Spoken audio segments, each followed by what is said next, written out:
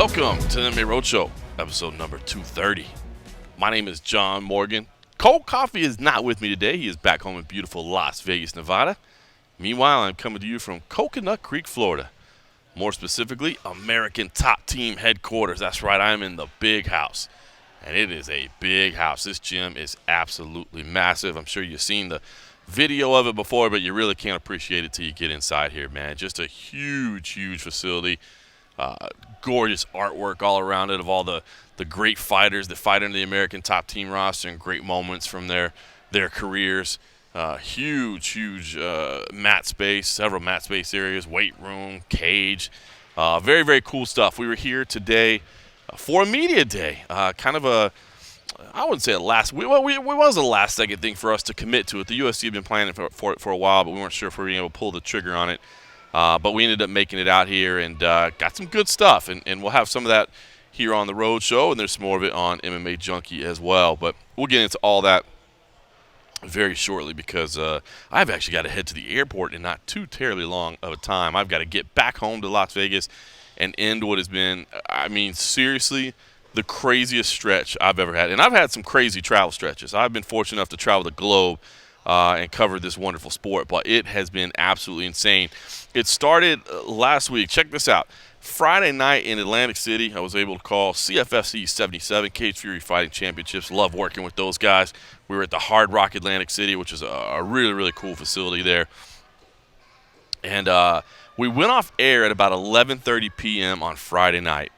And there was a car service set up for me at 2:30 a.m., so 3 hours after we went off the air.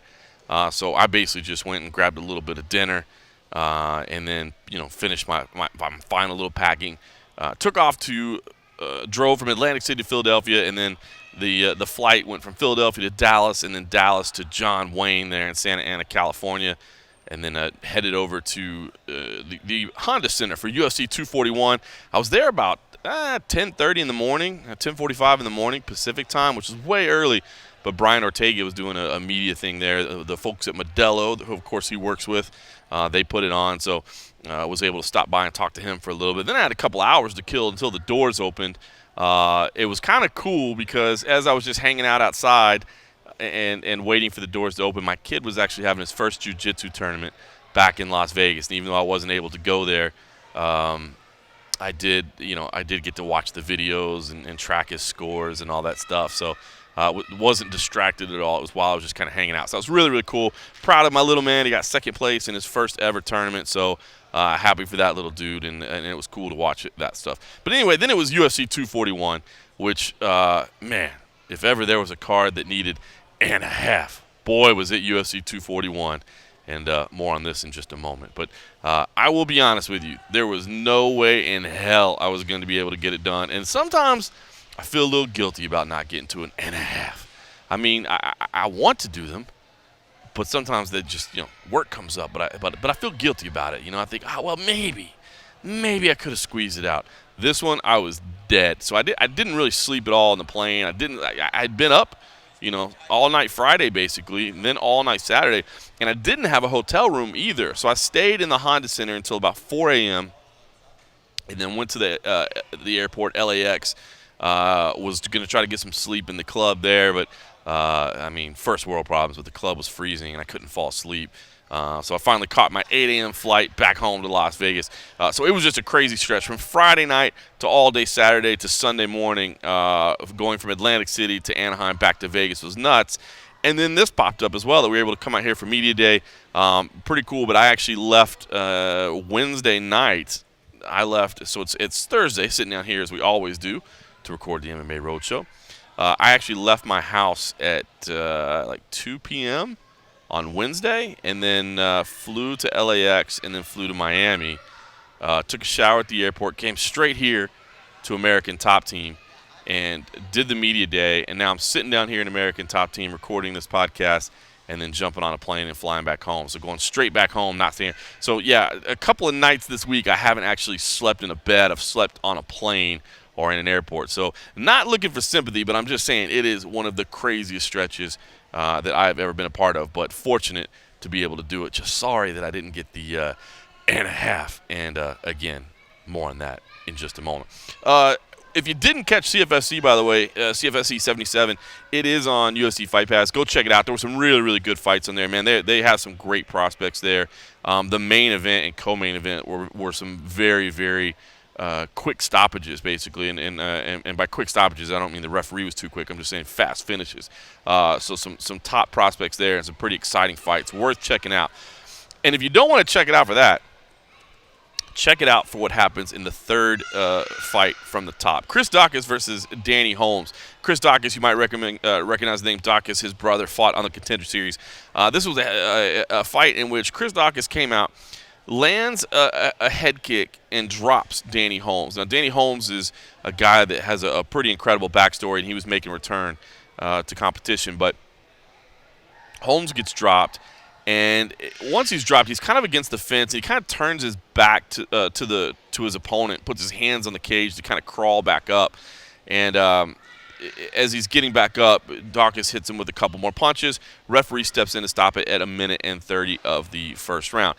Now, as for the stoppage, I was kind of 50-50 on it, to be honest with you. It was one of those ones where Holmes was definitely rocked. I mean, he got dropped with a head kick.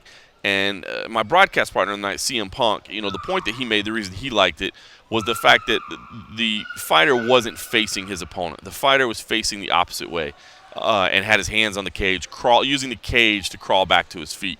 To him, that's not intelligent defense, and that's not, kind of a ready scenario. And you know what? I think there's something to that. I think there's definitely something to that.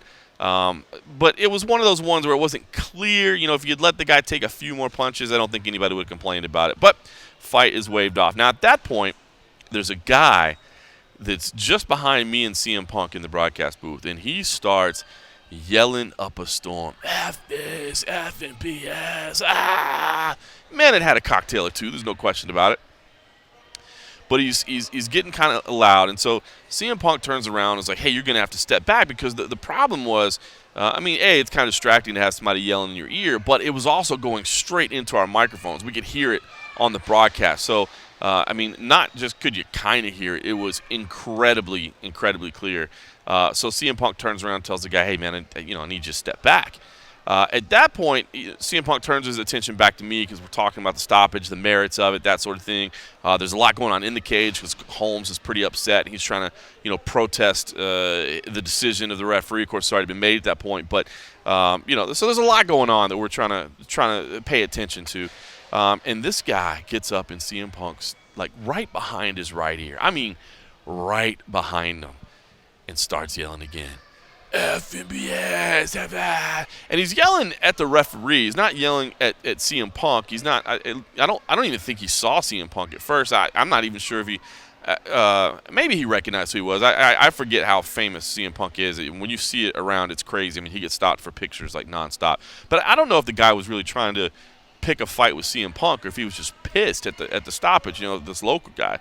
But he gets right up behind CM Punk's head and starts yelling again. At that point, CM Punk stood up and took his headset off, but you could still hear a lot of what was being said because the headset was right behind him. And this is all playing out on UFC Fight Pass. So if you haven't seen it and you want to check it out, go look at it. But at that point, I have to make a decision because I'm still commentating. Now, had it gone to blows or gotten really, really bad, I think I would have jumped off air and tried to help. Not that I'm some badass. But you try to protect your broadcast partner, right? You got to do that. So I think I might have jumped in there, but it wasn't to that degree. It was heated, and Punk got in the guy's face and made it clear he wasn't going to back down, and that the guy was being a real a-hole. And I believe the commentary I used was we have a minor situation developing here, something along those lines. But yeah, CM Punk almost got in a fight with this guy. He showed good restraint, and luckily the security stepped in at the right moment, was able to pull everybody apart. And I think a lot more of it kind of got made of – I saw some initial headlines and some tweets or whatever because there wasn't a video camera on it and you couldn't really see what was going on. And Punk did have a great line. He sits back down and kind of playing it up a little bit. He's like, I think I just won my first MMA fight. So he was having a little fun with it, but nothing really came of it. There weren't any blows or anything like that, but it was a incredibly unique situation that I had never been a part of. But it was fun, man. The rest of the card was great. The prelims were on Facebook. They were phenomenal as well. But CFFC is putting out some fantastic product. They're doing another card in September. I believe it's the same week that I'm in Abu Dhabi, so I can't do that one, unfortunately. And then I think they're taking October off, and then maybe have 2 cards in November. So hopefully I'll be back on the mic for both of those cards because I have a good time. Myself, CM Punk, and Jessica Penne have been having some fun doing those cards. It's cool to hang out with those two. They're a good crew. Then I made it back for UFC 241, like I said, on no sleep whatsoever. But, man, who needs sleep when you got a card like that, right? I wanted to go help out. Cole Coffey was on vacation. He was up visiting his family, and, I asked if I could be off during fight week because I wanted to go do the commentary gig. But it was such a big event. I definitely wanted to go help everybody else out there, see what I could do, on getting all the video processed and all that stuff. And, man, it really ended up being a great night of fights, especially the main card. Casey Leiden from MMA Fighting, after it was over, he looked at me, he's like, best main card of the year. And, man, I always hate to just say, yeah, absolute best ever or whatever. I hate that because it's, you have recency bias, especially, right? Like, what you've seen most recently is what's freshest in your mind. But, man, I hard to argue that it wasn't. Even with 3 decisions out of 5 fights on the main card, I mean, that Paulo Costa versus Yoel Romero fight was just insane. Nate Diaz versus Anthony Pettis, man, was that crowd for Nate Diaz, and man, is he an absolute star. I mean, of course, the guy that was leading the numbers all week for us in terms of clicks and that sort of thing. So just incredible work from Nate Diaz to return. I mean, to maybe a little bit of rust, but after 3 years away, to be able to make adjustments on the fly and win the fight the way he did, man, in typical just Nate Diaz fashion, unbelievable. And then nailing it, calling out Masvidal, and man, of course that's the fight we want to see. Of course that's the fight that everybody wants to see. And Masvidal smiled, and we talked to him earlier today, and he said, "Listen, I'm doing that fight all day. The only way it doesn't happen, they both want to get paid for it, and they're not going to take the fight cheap. I think they both realize their value." And they both want to get paid for it. So, but I just can't imagine the numbers wouldn't be huge, man. The numbers behind both those guys would be massive. And I think they both want it to be a main event. And I'll tell you what, I have no problem with that whatsoever. I was talking to Abe Kawa, who was here as well. He's Masvidal's agent. And I was asking him, what did he think? Hey, do you think this could be a pay-per-view main event? He was like, absolutely, why not? I mean, it'd be a non-title fight, of course, unless you want to bring in the bad MFer belt there from Nate Diaz and call that a title. But, it'd be a non-title fight, but I don't see why it wouldn't be a main event. I told Abe the only thing I wouldn't do is I wouldn't put it over the welterweight title as the co-main event. I think any other title, you could do it. I mean, they've done it before, right? Connor and Nate, yeah, they headlined in a non-title fight. I mean, you can definitely do it with the right stars, and these are the right stars. I just don't think you can have the same division's title on the line. So if for some reason, you end up having Kamaru Usman and Colby Covington on the same date, I don't think that would be wise. But with that said, it does sound like Colby and Kamaru is still lining up for November 2nd in Madison Square Garden. You just got to get Kamaru Usman cleared first before you can make those plans official. But it does seem like, that's going to be the fight for Madison Square Garden. And Masvidal, in a scrum that we did today, he did say he didn't want to fight in New York. He said, I just didn't like the way that I was treated when I did fight there. The commission up there is a lot more strict, I guess. There's a lot more hoops to jump through, and he made it clear he doesn't want to fight there. There's also additional taxes as well, but he said he didn't want to fight in New York. So if it does end up being Madison Square Garden for Usman Covington, I don't think there'll be a conflict. But that's just me. That is all I would say. I think it could. I mean, listen, if those two fights are on the same card, you know which one's getting all the attention. It's going to be Diaz Masvidal, just like it was this past week with the heavyweight title fight. It's going to be Diaz and Masvidal getting all the attention. So it would be just as the main event. It would be proper as the main event. But I just think that's a bad look to have a non-title fight and then have the title fight of that same division as the co-main event. I don't think that would be right. So that's my own. But that is really the only caveat I have. I mean, that is the fight to make. It's a slam dunk layup for the UFC. Yes, they're going to have to write some big checks, but there's going to be some big revenue, I do believe. So, I think this will be a pay-per-view headliner, and I think the casual fan will be all over it because, like I said, the numbers have been off the charts for all those guys. And before we get to the main event, just Paulo Costa. I did have the fight scored for Paulo Costa. Very, very close fight. Man, Yoel Romero has been in some close fights against some stiff competition. But I did have it for Paulo Costa, and I just think he is an absolute stud. And I look forward to the winner of Robert Whittaker and Israel Adesanya versus Paulo Costa. He's going to be down there in Melbourne.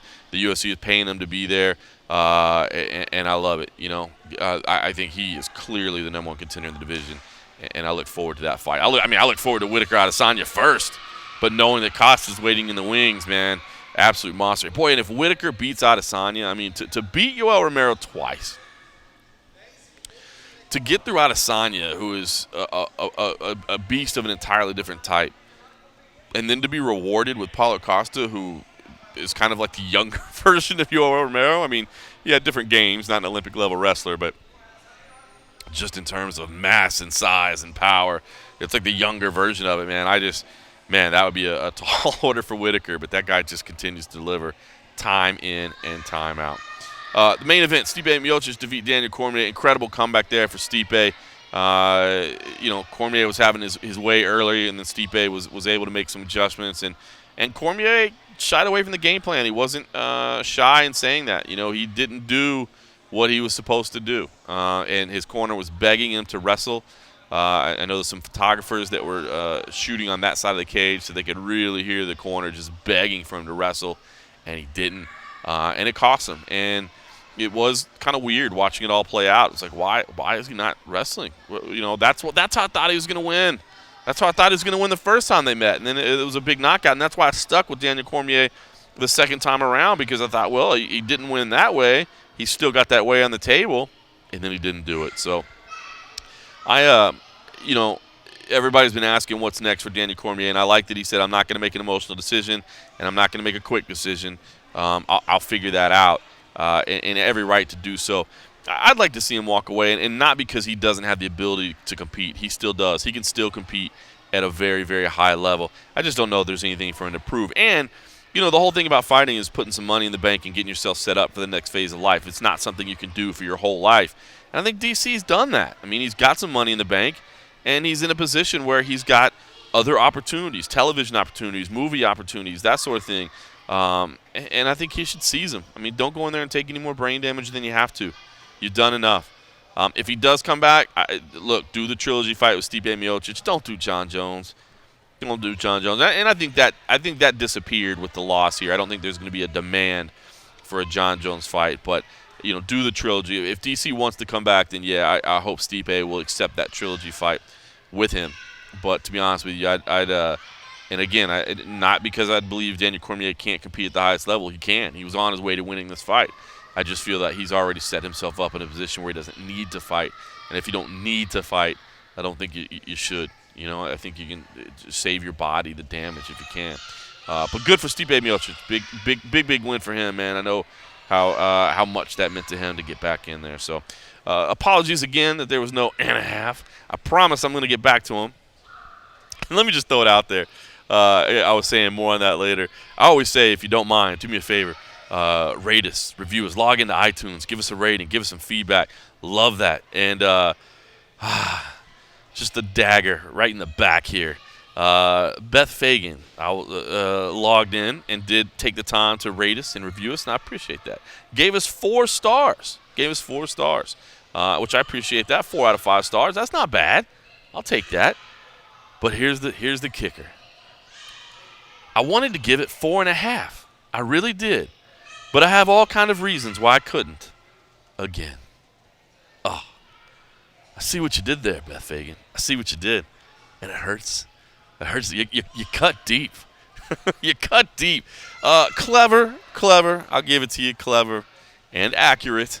I have wanted to get back into more post-fight coverage than I've been able to do as of late. This one I will say, though, I promise you, there was physically no way I could hold up to it. I wanted to. I had all my gear with me. I brought it all, and my body was just failing me, man. I was shutting down with no sleep. So apologies, and Beth Fagan, well done on your feedback. I thank you for taking the time to rate us and review us. And hopefully when we get back to some more consistent and a half, maybe you can jump in there and give it that 5th star, and give it a little edit and say, hey, Morgan's delivering for me now. All right, listen, let's play some audio for you. I want to start out with the conversation that I had with Brian Ortega on Saturday at UFC 241. Had a chance to speak with him outside, and he talked about where he is, and I don't know, there's some kind of redemption stuff here, I guess we'll say. But this is my conversation with Brian Ortega. A UFC in SoCal and there's no T-City on the card, man. I gotta wonder how you're feeling about that. It seems like just blasphemy that you're not fighting here tonight. Trust me, it sucks. I thought this was supposed to be here, right? There's one in Staple that got canceled, I think. Yeah. Yep. But no, man, it feels good to be here in attendance. Obviously, I wish I was here, man. These are the best fights when I'm fighting, just because you don't have to go anywhere. You don't have to hop on a plane. If you forget your gloves, you can just take a drive and bring them back. You don't have to just. It's better. You have all your friends, family, everyone comes. It sucks. But it's bittersweet though. I was gonna say it's a nice consolation. You got your boys here at Modelo bringing you out. You get to hang with the people. Because even like when I pulled up right now, I saw the Honda Center, and I wasn't like. Usually when I see these things, I'm like, fuck, like tonight I'm gonna be there, you know? Like inside there's like a cage in there with like 20,000 people in there, and like tonight, you know, I didn't have that feeling early. So it's a little more peaceful. Yes, it is. No But, like my nerves are at ease right now. Are you contractually obligated to cheer for Stipe tonight? I mean, he's your No. he's your teammate on the Modelo roster, right? You gotta I like Stipe a lot, man. I fought with him in one card where I got to talk to him in the locker room before we fought, and he was just he was super cool, man. I feel like I know the guy better. I wanted to be a firefighter before and a champion.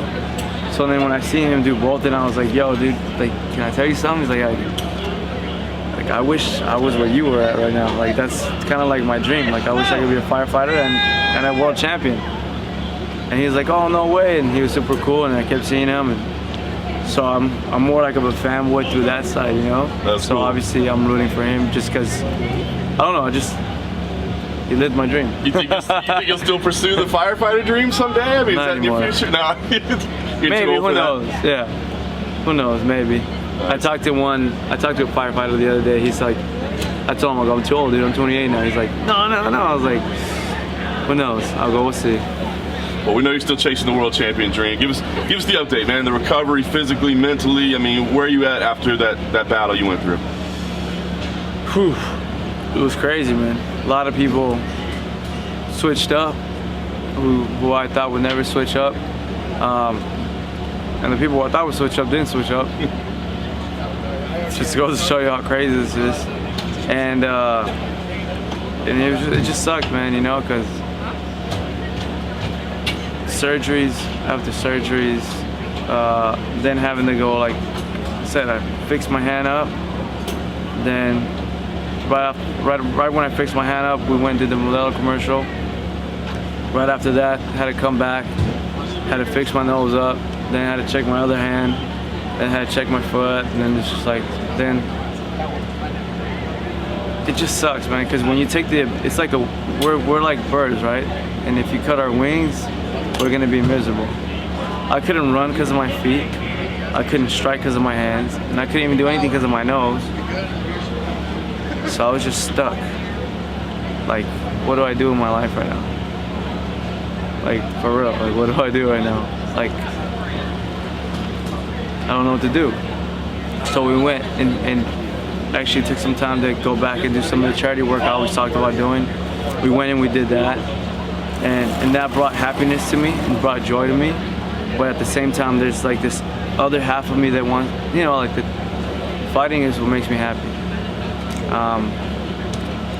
So now that I've healed up. I did all my physical therapy, freaking everything. 6-month suspension is cleared.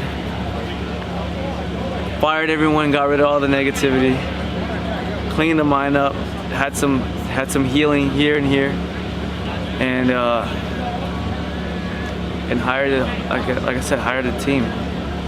It's interesting. I've heard you say a couple times over the last couple months, like you had people switch. And so, I mean, we were talking about like friends and, I mean, your inner circle, like you found out it wasn't all that you thought it was? I'm talking about people who've been with me for 15 years, like, yeah, 10 years. People I looked up to, people who were father figures to me. Yeah. It's rough. Well, they say you get more lessons out of losses than you do wins, right? I mean, this is the first time you've had to taste it. Is that accurate? Are you feeling that way? I wasn't even hurt from the fight, like mentally. I was like, cool, he beat me. I know why. I know how I felt. I know what state of what I was in. It was the after part that sucked. That's what sucked.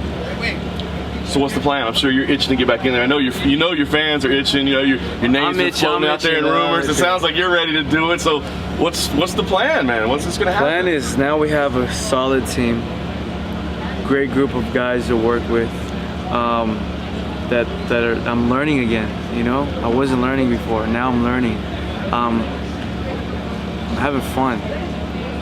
I feel like last year was just work for the whole year. It was train for Frankie, then train for Max. Train for Frankie. Then tried to take the Khabib fight. Then train for Max. Then stay ready for replacement. And then from there train again. It was like March all the way to December. It's like 2018 I don't even know what happened to 2018. I was just training so much, I got burnt out. So you have fresh coaches now, or who are you working with now? I'm working with new people. Yeah. Keeping it under wraps right now? Okay. Yes. Keeping it under wraps right now. When does that get revealed? Like when they show up in your corner on fight night or something? Is that when we find out? I don't know, man. I've been trying to see when it's the right time to let it out. So far, I don't know. I like it. I like people not knowing what I'm doing. I dig it. What's the ideal scenario for you, man? It sounds like you want to fight as soon as possible. I mean, you know the matchups that are getting made out there. You're trying to catch that bug, aren't you? Yeah. I was like gonna Mr. Miyagi here right now. Like, yo, look at this.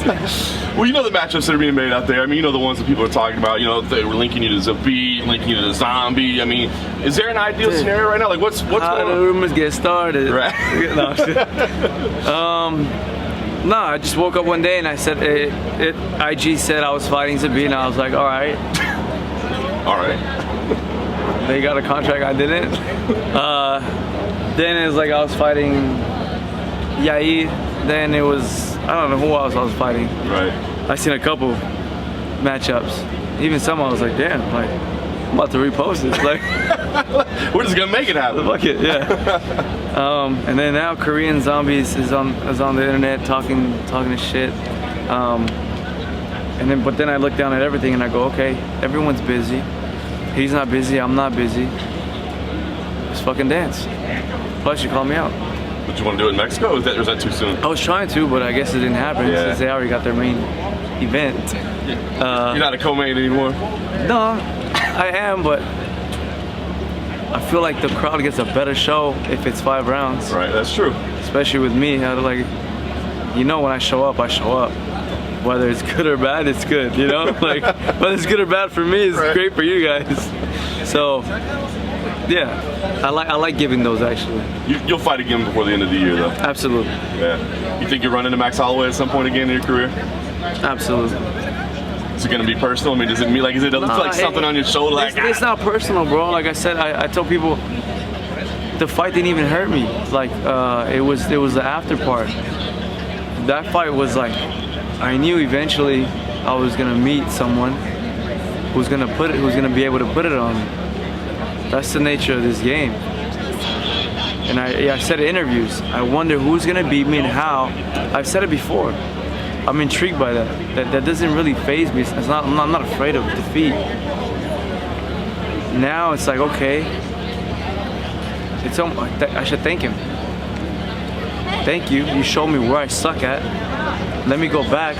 Let me fix everything, and let me go at it again. It's like that's the kind of guy I want. That's the kind of guy I am.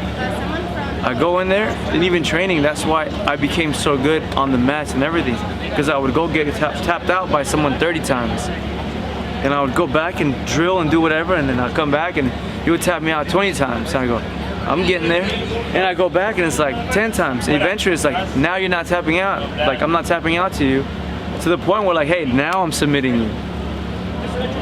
So that evolution, that process is fun for me. I thrive in it. I love it. I have fun in it, and which is what I'm doing again. I'm not just training the same things again for 8 months, doing the same damn routine.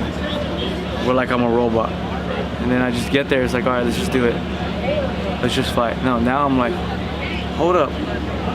Like, this exists. Oh, this is distance. This is wrestling. Okay, like I never done this before. Like, fuck, I'm having fun again, man. And the team I'm working with and the people I'm with are positive. The energy, when I stick everyone in a room together, everyone gets along, which is something I didn't have before. You put everyone in a room together, and by the end of it, you're hearing a bunch of shit in your ear from this guy and from that guy and from this guy, and then you have to get all that burden, and then it weighs on you, and then you take that in when you fight, whether you know it or you don't. So like now I'm happy, dude. Yeah, like I'm happy now. I can honestly say like I'm happy with the team I have. I'm happy with the people I'm working. I feel free.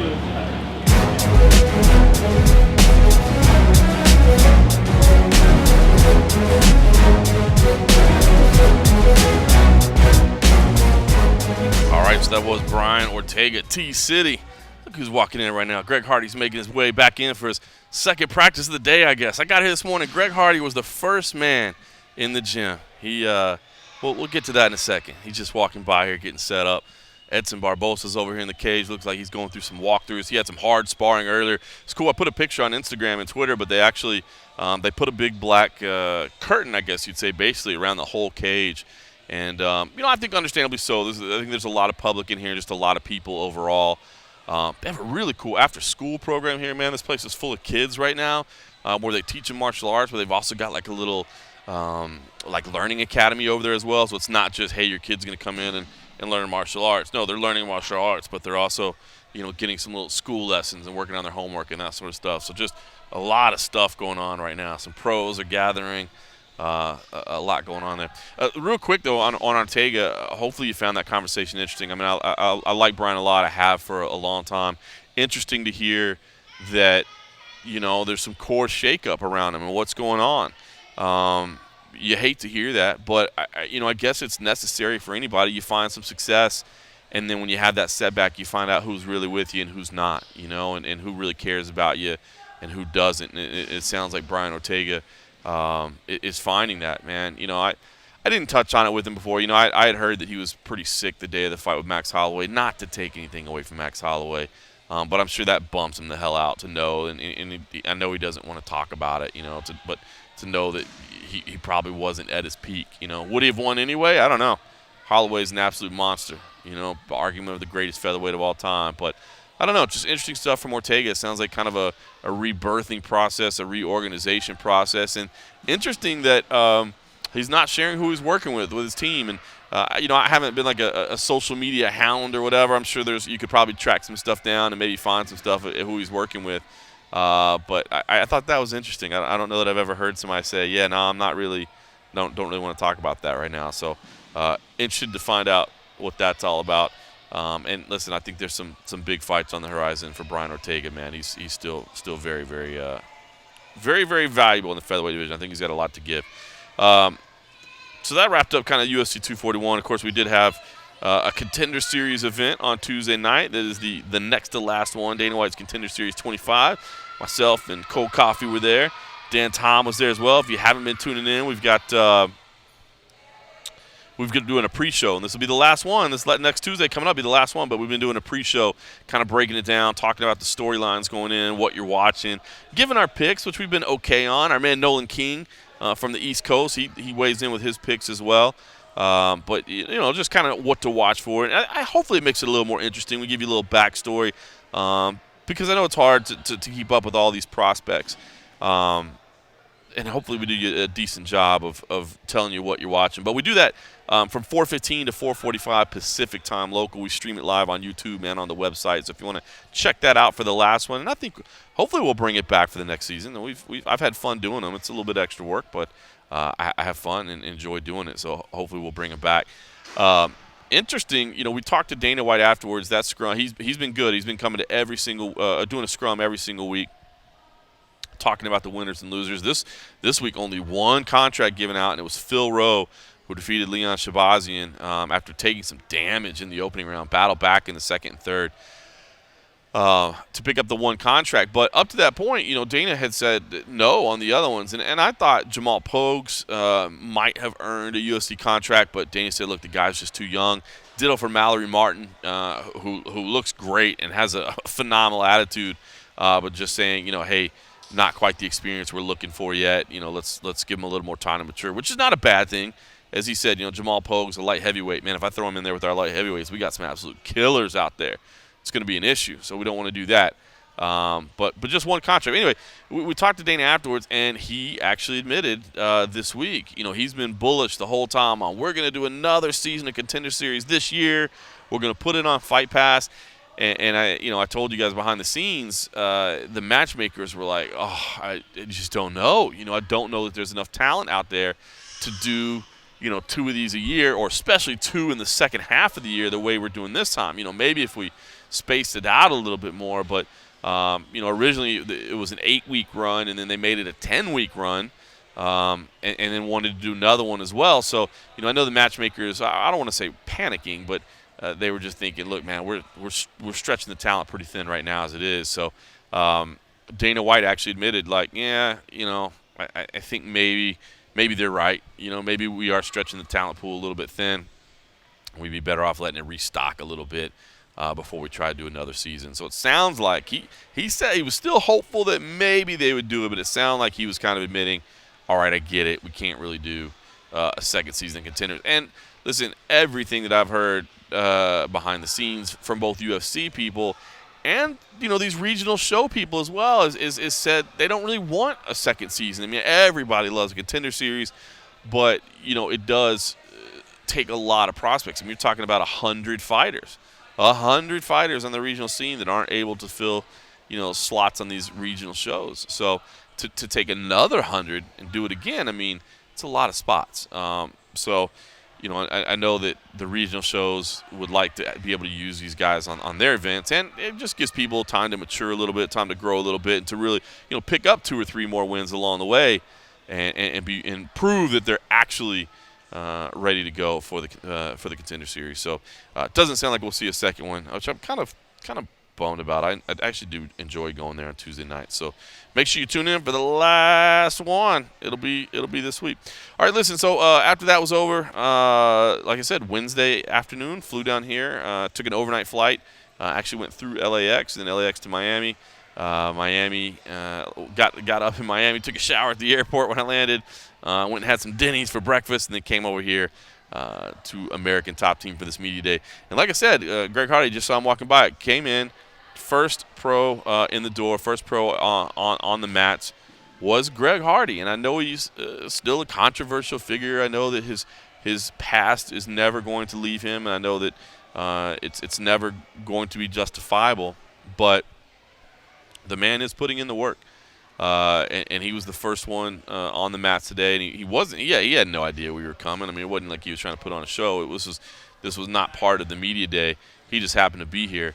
And because he was here, I did ask him if we could take him aside and get a few minutes with him, and he said, absolutely, love to do it. So had a few seconds to speak with Greg Hardy. Here's what he had to say. All right, Greg. Well, man, listen, it's been about a month since your fight. You're already back in the gym. I mean, what's the update? Did you take any time off? How quick were you back here?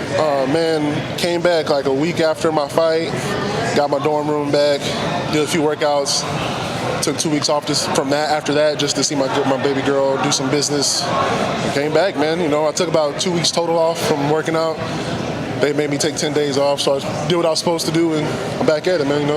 It's crazy because you talk about the dorm life, right? Like I knew you lived here during camps, but you're not in a camp right now. I mean, are you here literally like year-round? I've lived here for we're going on 3 years now. So it's my home. I go back to see my kid every now and then, or fly my kid up here. But other than that, man, this is what we do. I'm a rookie, though, And when I say I'm committed to something, I'm committed, man. We get the job done. Why do you make the choice to do that? I mean, it's a nice facility, right? But there are some hotels, like right here across the parking lot. I mean, you can stay there instead. You're kind of the more. I mean, you're splitting a room with somebody, right? Oh no, you got your own room. I've been here long enough. I got my own room. I'm getting out of that rookie stage, so I'm old enough to be by myself these days. But no, they're probably way better than the dorms, man. But you got to keep in mind, I'm jumping leaps and bounds every 2 months. I'm coming out fighting an opponent with a better record than me that's been doing it longer than me every single fight. And it changes from, 3 fights better than me to 7 fights better than me, then to 9 fights better than me, to probably next fight's going to be somebody ranked, man. So I got to be in here engaged at all times, man. And for those that don't know, MMA takes a lot. Yeah, no doubt. So give me an idea, what do you folks, I mean, let me say, first of all, you didn't know we were coming here today, but you were the first one on the floor today. Out of all the pros that are here, you were the first one. I mean, is that an everyday thing for Greg Hardy? I try to make it an everyday thing, man. Come in and get the work done. Just from football, show up early, leave late, put the work in. And honestly, it's part of what I said at the beginning when I started this journey, man. I'm here to earn it. The only way to keep the trust and the respect of these people in this gym is to prove it every day. Yeah.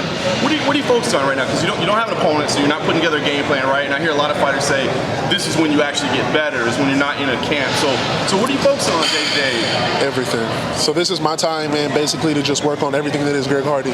Grappling, punching, there is no specifics. There's not a guy to worry about taking me down, so this is where I become a martial artist. I take the next step, work on my gi, work on my no-gi, work on my kickboxing, just encompass everything that is a fighter, man, and build my game to be that actual world champion instead of some fluke, showcase, movie deal kind of fight guy.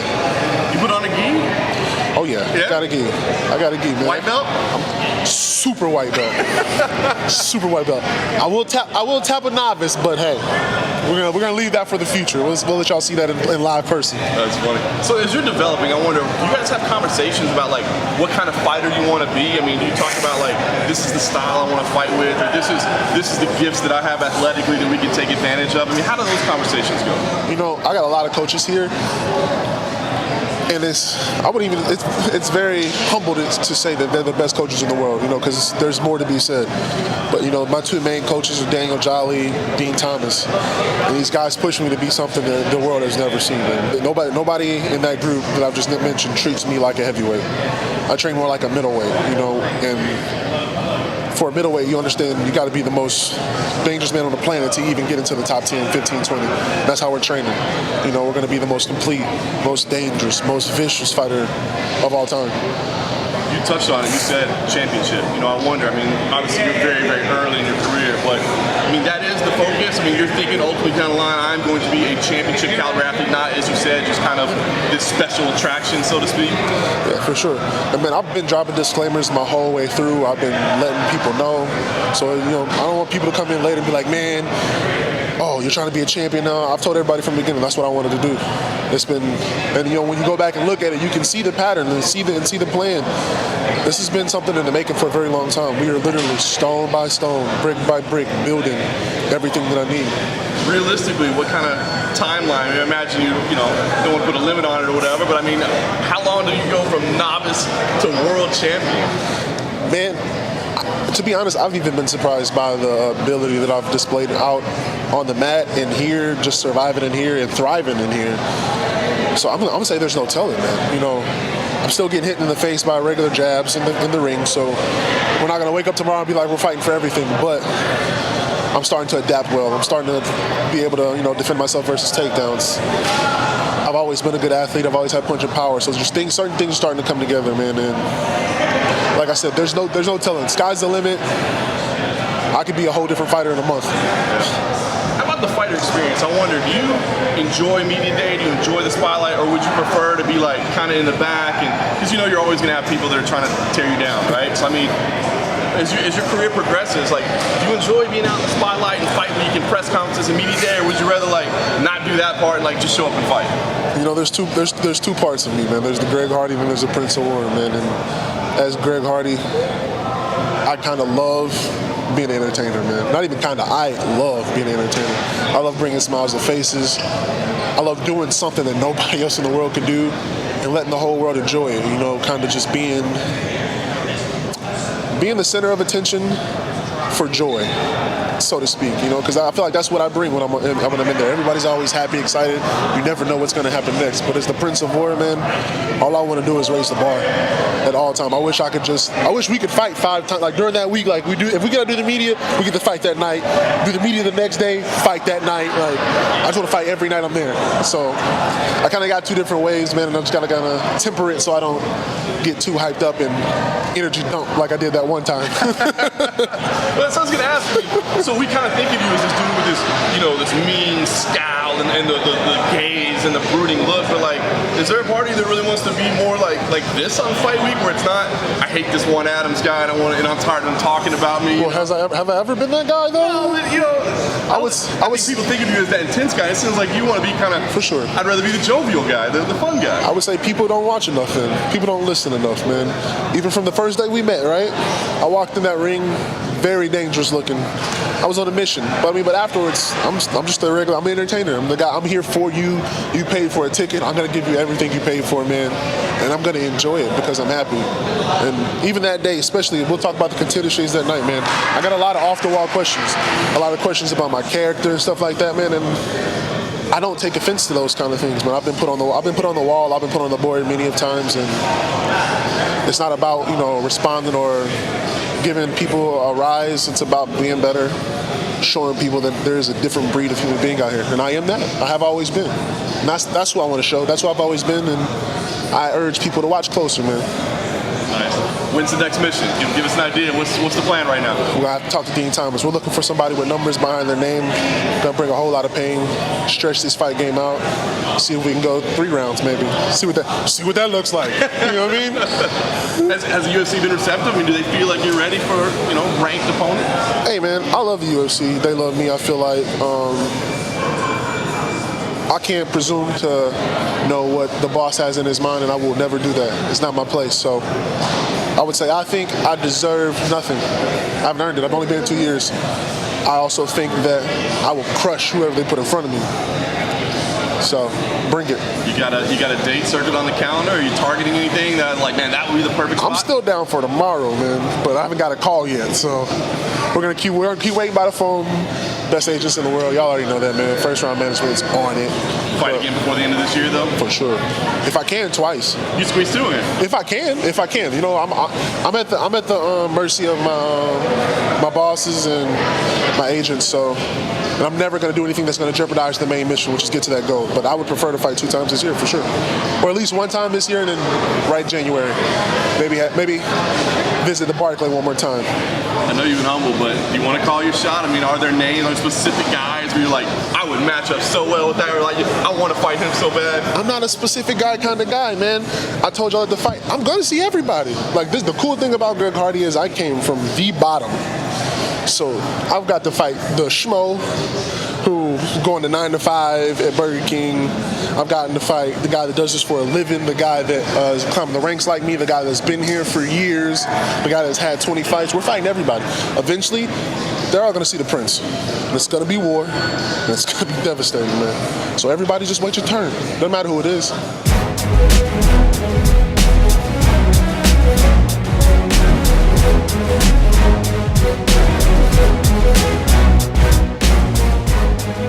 I feel feel like that's kind of I don't know, a little bit of a different side of Greg Hardy. You know, not in fight camp right now. You know, not focused on a particular athlete. Of course, not focused on somebody who's talking a lot of trash about him. So just a little bit different side. But man, when he talks about being vicious and violent, he still got that edge about him. Still a little fear created there, man. But listen, he puts in the effort. Everybody says he's working hard. So it's a steep climb up to the top to a championship caliber, but he's making the baby steps along the way.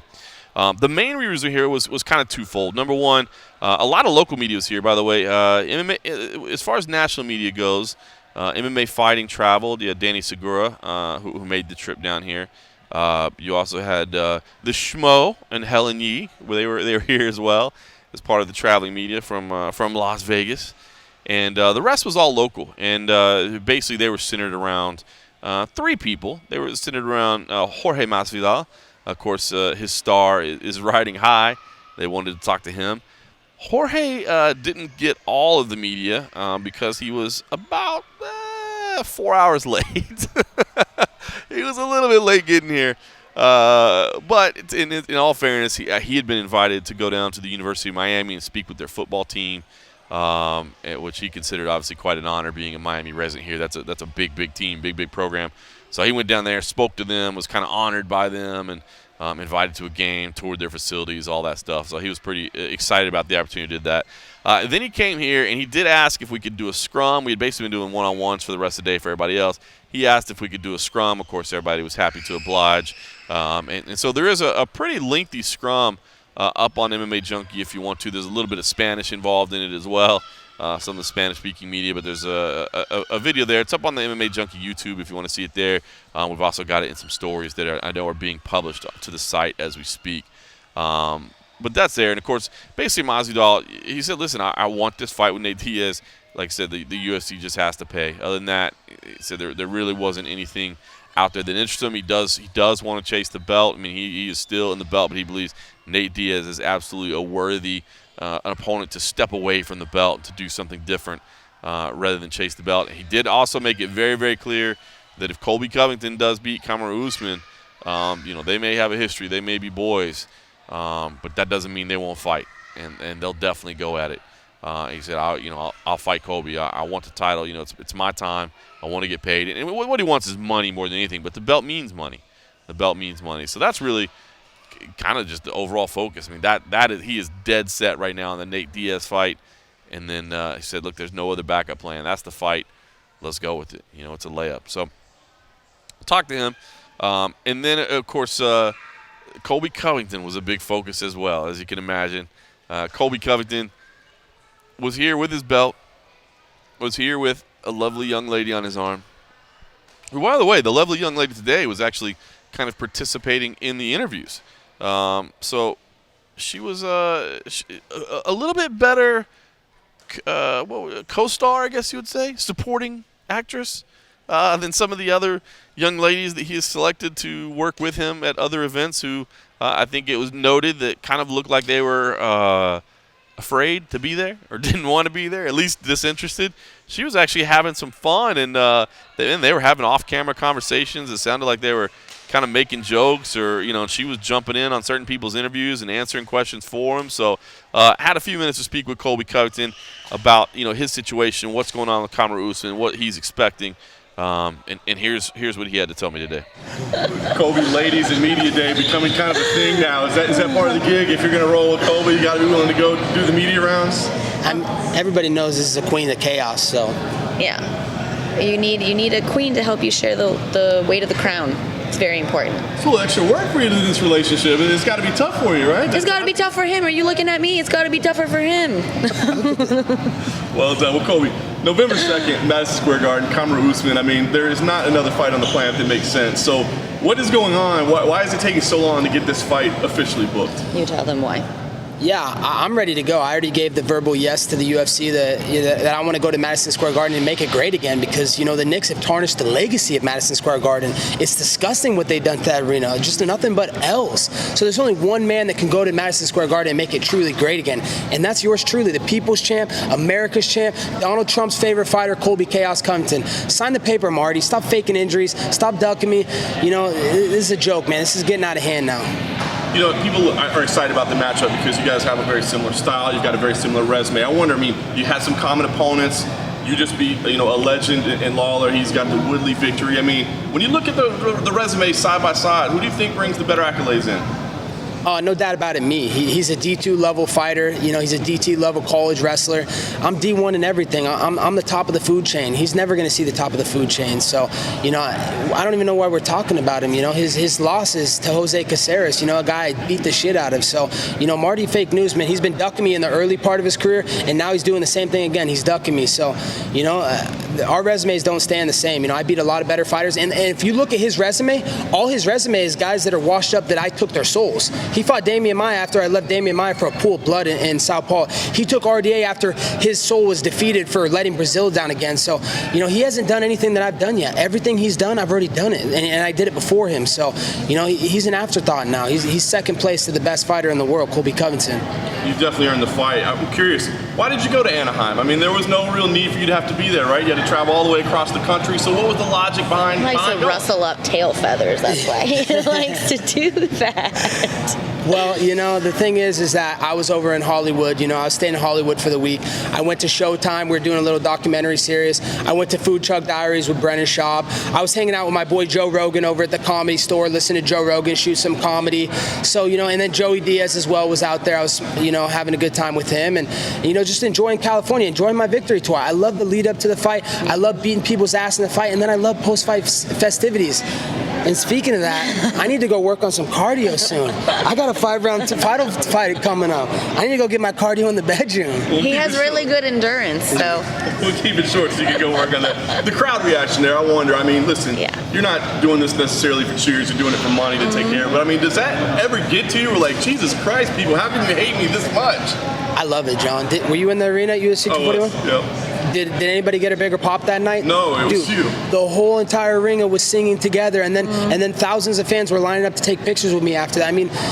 I'm getting people emotionally invested, and that's something that none of these other fighters can say. People love me or hate me, you will tune in to watch me. You will get a feeling from me when I'm in a room with you. So, that's what these fighters don't do. They're out there busy saying, "Oh, I'll fight whoever Dana White puts in front of me." Nah, I'm different. I'm out of the box. I'm not in the box with all these other jobbers, all these other marks. I'm one of my own, and I'm unique. So, what I bring to the table, I'm giving these people an entertaining show, and I know they had fun over the weekend. They can vent their frustrations at me. Yeah, no question.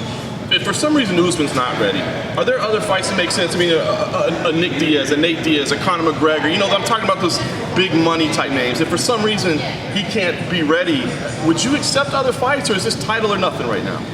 I would accept other fights. I already have a title, John. This is America's title. This is the people's title. This is the most distinguished belt in the UFC today. So, whether it's Nick Diaz, whether it's Nate Diaz, the journeymen who are barely 500 level fighters, they have Stockton slaps, but they ain't ready for MAGA bombs. Those guys have speech impediments. They don't know what wrestling is. They have lisp in their voice. So, whether it's the Diaz's, whether it's my best friend, whether it's Marty Fake Newsman, this belt will be defended, John, November 2nd in Madison Square Garden, because that's what Donald Trump wants. I know a lot of people like the Usman matchup, including myself, because you guys, the cardio that you guys both have, the wrestling that you both. There's a lot of similarities. Do you see similarities between your two games?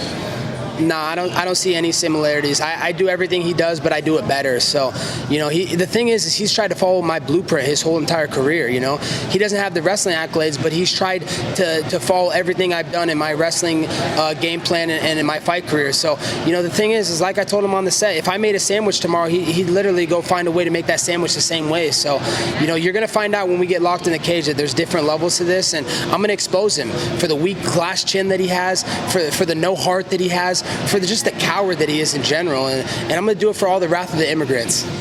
What would it mean for you to be champion finally? You had such a hard road to get here, things taken away from you, hurdles put in between. What would it mean for you to finally have that undisputed belt, on your shoulder, around your waist? What would that moment mean for you?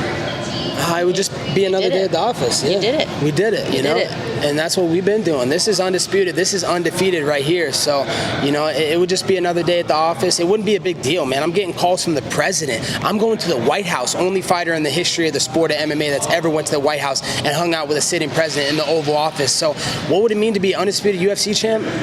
I mean, I don't know. It'd just be another day. Born for this.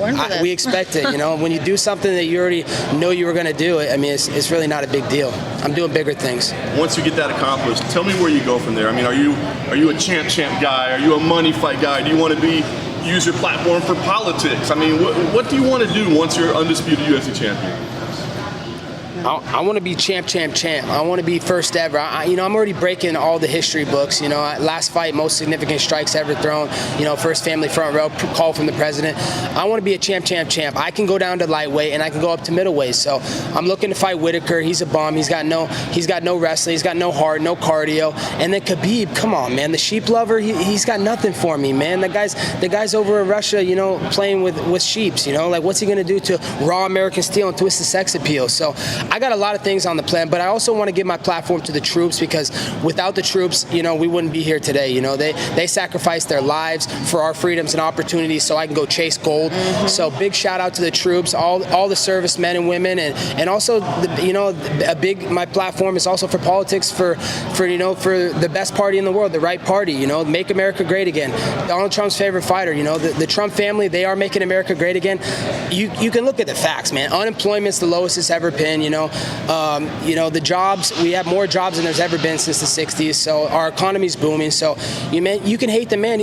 No one's perfect. No one does every single thing right, but you need to respect what he's doing, and he's putting America first before his own life. Nice. Well, hopefully it all goes down November 2nd. I know that's what we're all hoping to see.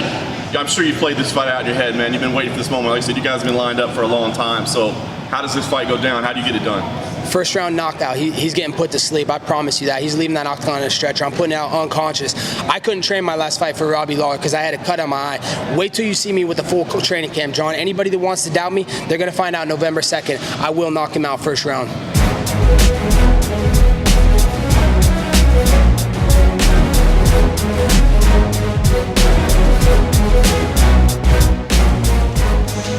All right, so the one and only Colby Covington, a little bit of what you might expect there, some of the chaos that he brings. He likes to, he's got some rehearsed material that he goes with.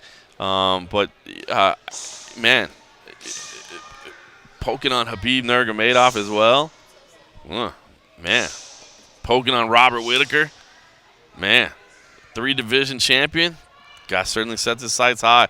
I tell you what, man, Colby, it just the amount of hate that he gets is incredible, and he's right. At 241, the pop that he got, even though it was people hating on him, was as big as anything. I'd argue probably the pop that Nate Diaz got was pretty strong as well. So that might have been a rival. But listen, the reality is, and if you've been a long time listening to the show, I've always been a Colby Covington supporter, man. I've loved the guy, to be honest with you, man. From the very first fight in the UFC, man. Met him in Macau, liked his swagger, liked his skill set. The relentless cardio, the nonstop wrestling chains.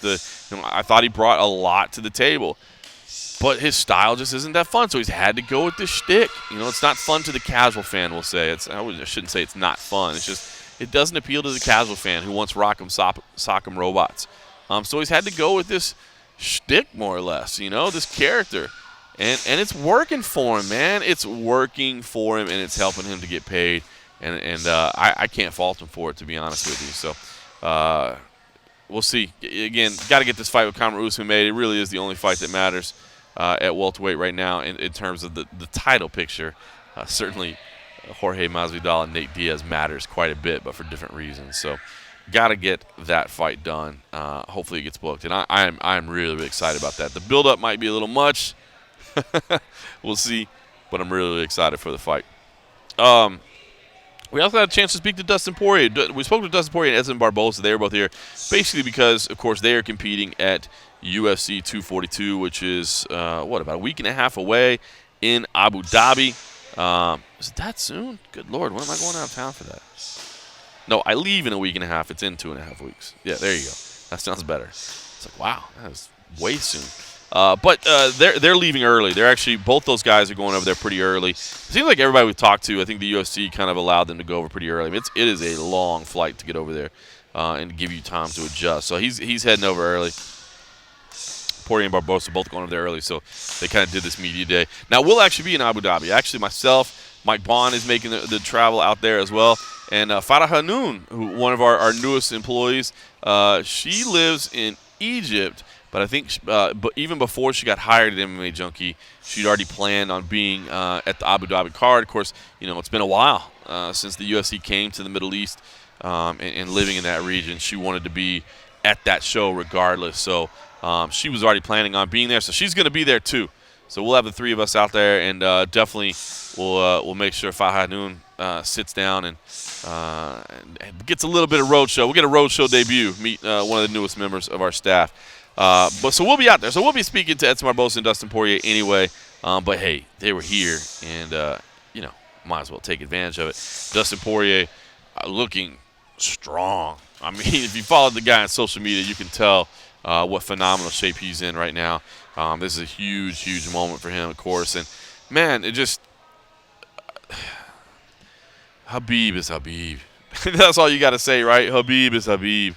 But, this kind of run that Dustin Poirier has been on and these past couple fights, man, just what he's put together is pretty special. And you start getting this, I don't know, this feeling of destiny, this feeling of, not willing to be denied, of not accepting defeat. You know what I mean? Like there's something special in Dustin Poirier's corner right now. So I'm excited for him, man. We've been following this guy's career for 9 years, and to see this moment, it's big. He's had some stumbles along the way, but now he's here in the biggest spot. So happy for that. And here was my conversation with Dustin Poirier. Dustin, I mean, you're getting close to this big fight, right? I mean, undisputed title, undefeated fighter on the other side. I mean, what's the feeling right now? I know every fight keeps getting bigger for you, but what's the feeling right now? It's excitement. I got an opportunity to make history, do something that's never been done, and I'm embracing that. They're building an arena in Abu Dhabi for this event. This is historic. I'm just excited that I put myself in this position and that I have an opportunity to show the world how great I am on the biggest scale possible and unify these belts. Make history, man. This is what this is about. Clearly, anybody following you on social media has seen how intense your training camp has been. I wonder, is it because the added intensity because of the moment, because of what's at stake, or because it's Habib, the guy that hasn't been beaten and seems like, everybody's toughest test in the weight class? It's both. It's lessons I've learned throughout 40 fights coming into this one. It's putting everything together, trying to be the best fighter, best person I can be, walking into the octagon September 7th. I know I need to be at my best, and it's going to take all of me. It's going to take all of this preparation done the right way to beat Khabib. I understand that. I'm going to do something that's never been done, and I'm treating it that way. This is history. I'm about to make history. Talk about the journey to get there. The actual just travel of getting there. You're trying to dial everything in perfect, right? And then you got to get, 24 hours of flights over there or whatever. What steps are you taking? Are you going early? And has that been a concern of you guys as you're prepping to make sure that, we're still good through this last journey?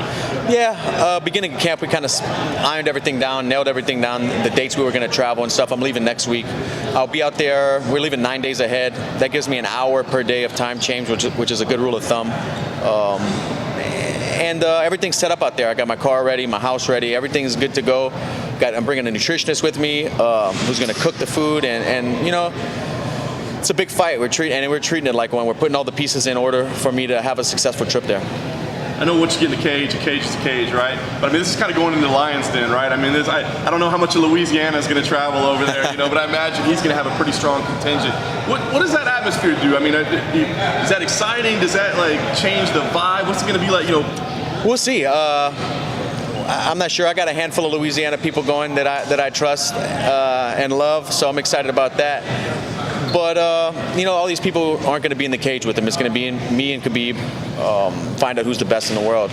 And I think I'm going to have a lot of fans out there as well. If you're a fan of fighting, you're a fan of myself, because that's what I do. I get down, I scrap, I leave it all out there, and that's what I plan on doing September 7th.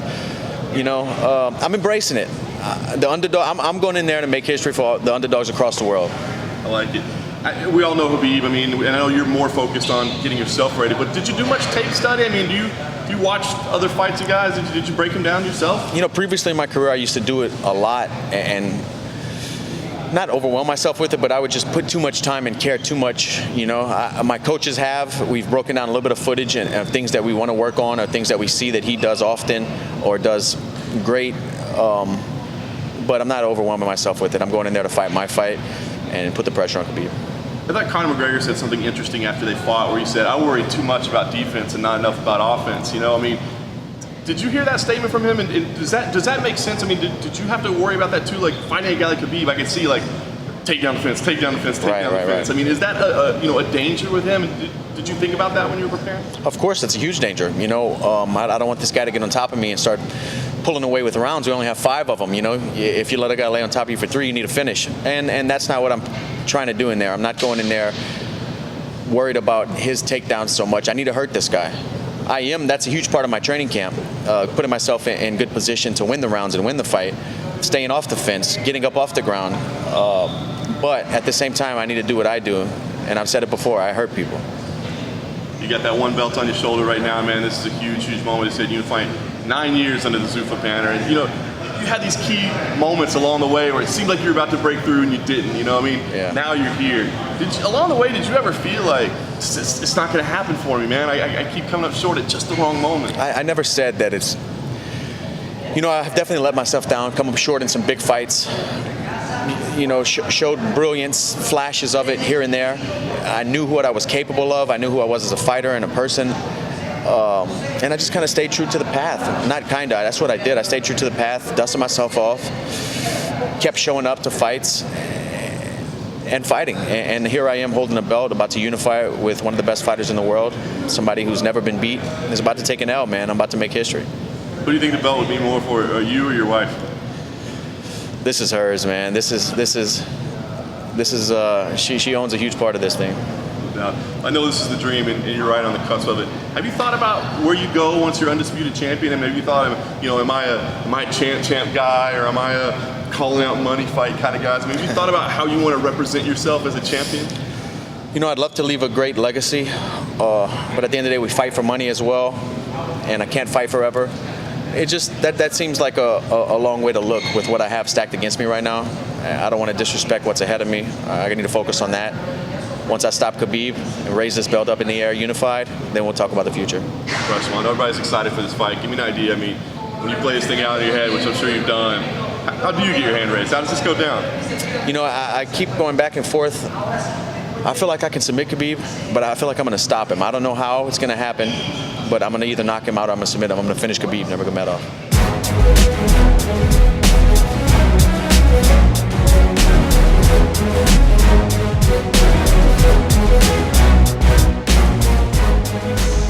All right, so Dustin Poirier just finished a workout. He had a very, very intense workout again. He was working out behind the veil of secrecy here. The curtain was in place. It's funny because Edson Barbosa was doing the same, but now he's back again. He's putting in another workout, and this time I guess because there's no media here and there's no public in here right now, he doesn't have. Look, not like Edson Barbosa's game is gonna surprise you, but man, it's just always fun to watch him work, man. So fun, so dangerous, man. Quick, powerful. Cool to see him getting in some work right here. That fight with Paul Felder should be every bit as good as the first, if not better, because both those guys are going to entertain every time out. Barbosa's in a tough spot, man. He's 1-3 in his last 4, but it's against some very, very top competition, and I just feel like Barbosa's one of those guys that it's not like he's fighting for his job right now. You know what I mean? Like, why would you not want to have this guy on your roster? He's fun. He brings it. He fights. But you still want to win, right? I mean, if you're a fighter, that's your pride, and that's half your purse too. You want to win.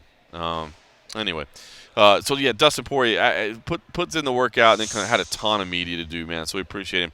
It was really cool to do one-on-ones. I thought we were just going to get a bunch of scrums today, so appreciate all those one-on-one conversations. It was really nice because, like I said, there wasn't a ton of traveling media, but there was a bunch of local media, local TV stations, and they've got all their stuff. And again, it was just right after some very, very intense workouts. So was really, really cool. No UFC this weekend, but Bellator 225 is out in Connecticut. By the way, I mean, a little bit of a note. It's the first Bellator that's not on Indian land. Connecticut finally got all their approvals done and everything done for regulation outside of just tribal land. And so that's why this is taking place at Bridgeport, Connecticut, Webster Bank Arena, a venue we're not really used to. Matt Erickson is out there covering that.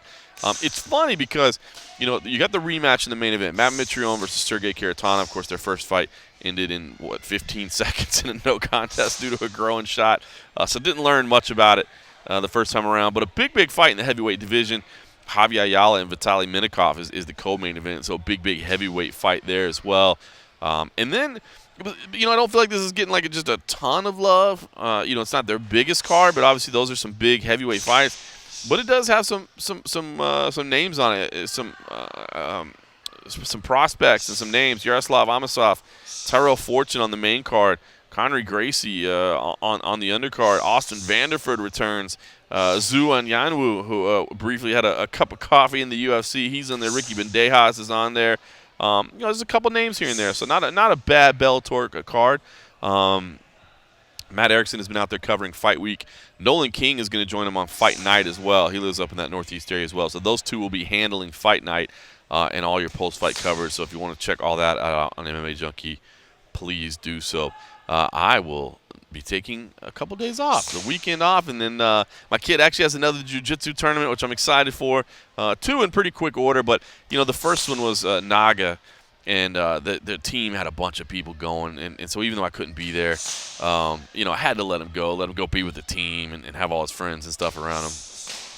This one, I don't know if anybody from his school is doing it. It's a submission-only tournament, which is crazy. So no points, no time limit, just submission only. My kid's actually pretty excited about it. He's like, I'd rather do submission than points. But it might just be us there. But I'm looking forward to that. So I'm taking a couple days off on the weekend since we have no UFC action. And then it's back to business next week. So, like I said, the Bellator coverage, Matt Erickson and Nolan King will have you covered. Anyway, listen, I need to go. I got a plane to catch. I'm flying back home. I got to fly from here to Charlotte. From the Charlotte into Vegas. I think I get home around midnight, but it's been a crazy stretch from Atlantic City to Philadelphia to Dallas to Anaheim to Vegas to LA to Miami to Fort Lauderdale to Charlotte to Vegas, all in the course of about 6 days. So once again, my humble apologies for no and a half, but we will rectify that moving forward. I'll get that extra star from you, Beth Fagan. If anybody else can log in, give me some feedback, give us a star. We really do appreciate that. It helps us grow the show. And, be back with Cold Coffee next week. Looking forward to that. We thought we'd be together this week, but got to come out here instead. And let's be honest. Who'd you want to – well, no, I don't know. Maybe you wanted to hear Cold Coffee more. But you got to hear my conversations with some of these UFC stars. So, anyway, thanks for putting those. I got to pack up and get out of here. And in the meantime, everybody else – thanks for listening.